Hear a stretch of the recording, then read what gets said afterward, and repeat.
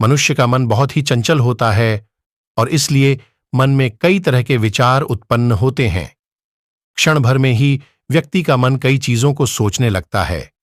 इसलिए तो कहा जाता है कि मन को काबू करना आसान नहीं, लेकिन गौतम बुद्ध मन को नियंत्रित करने के आयामों के बारे में भी बता चुके हैं। मन में विचारों का आना गलत नहीं है कि लेकिन मुश्किल तब हो जाती है या विचार ऐसी परिस्थिति में गलत होते हैं जब मन में अश्लील विचार आते हैं। कभी कभी तो ना चाहने के बावजूद भी मन में अश्लील विचार आते हैं। अगर आपके मन में भी ऐसे विचार आते हैं तो गौतम बुद्ध की इस कहानी से आपके विचारों में जरूर बदलाव आएगा। बुद्ध अपने भिक्षुओं को उपदेश देने के साथ ही उन्हें भिक्षाटन के लिए भेजते थे। एक बार उन्होंने अपने भिक्षु भरत को भिक्षा लेने के लिए एक श्राविका के घर भेजा।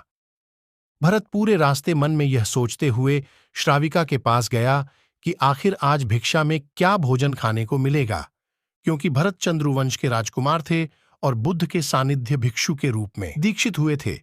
हमेशा भरत को महल में खाने के लिए स्वादिष्ट पकवान मिलते थे, लेकिन आज भिक्षा के रूप में उसे जो भी मिलेगा संतुष्ट होना पड़ेगा।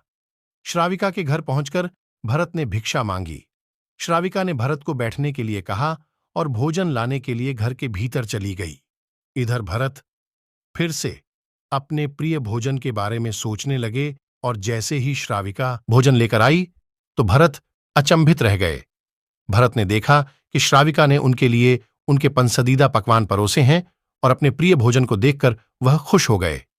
भोजन ग्रहण करते हुए भी भरत सोच रहे थे कि महल में तो उन्हें भोजन के बाद विश्राम करने की आदत है, लेकिन आज उन्हें भोजन के बाद वापस तेज धूप में चलकर आश्रम जाना होगा। लेकिन भोजन के बाद श्राविका ने भरत को कुछ समय के लिए विश्राम करने का आग्रह किया। भरत फिर से खुश हुए कि आखिर आज उनके मन की सारी इच्छाएं कैसी पूरी हो रही हैं।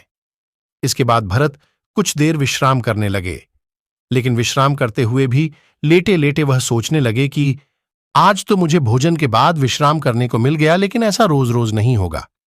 जब भरत विश्राम के बाद उठे तो श्राविका ने कहा कि आप जब तक चाहे यहां ठहर सकते हैं। भरत अब समझ गए कि ये कोई संयोग नहीं हो सकता। उन्होंने श्राविका से कहा कि माना मुझे क्षमा कीजिए, क्या आप मेरा मन पढ़ सकती हैं? श्राविका ने हां में उत्तर दिया और कहा कि हां, मैं मन पढ़ सकती हूं। शुरू में यह कठिन था, लेकिन फिर मैंने स्वयं के मन विचारों को देखना शुरू किया। पहले मेरे विचारों की संख्या अनगिनत हुआ करती थी। इसके बाद मैंने विचारों पर ध्यान केंद्रित किया, बिना पक्ष विपक्ष के अपने विचारों को देखने लगी। इस तरह से धीरे धीरे मेरे मन में विचारों की संख्या कम होती गई और सारे व्यर्थ विचार दूर हो गए। इसके बाद से ही मैं दूसरों के मन में चल रहे विचार को आड़ लेती हूं। हालांकि श्राविका की बात सुनकर भरत घबरा गए। इसके बाद भरत ने श्राविका से आज्ञा ली और आश्रम के लिए निकल पड्डे दिए।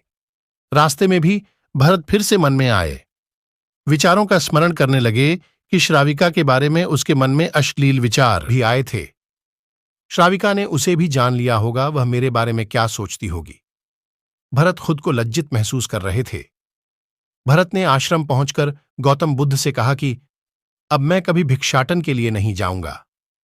बुद्ध ने भरत को पास बुलाया और कहा कि क्या हुआ है, तुम मुझे सारी व्यथा बताओ। भरत ने सारी बातें बुद्ध को बताई। इसके बाद बुद्ध ने कहा कि अगले 1 हफ्ते तक तुम भिक्षाटन के लिए उसी श्राविका के घर पर जाओगे, लेकिन तुम्हें इस बात का ध्यान रखना होगा कि कल भिक्षाटन के लिए जाते हुए तुम अपने चित्त को पूरे होश में रखना।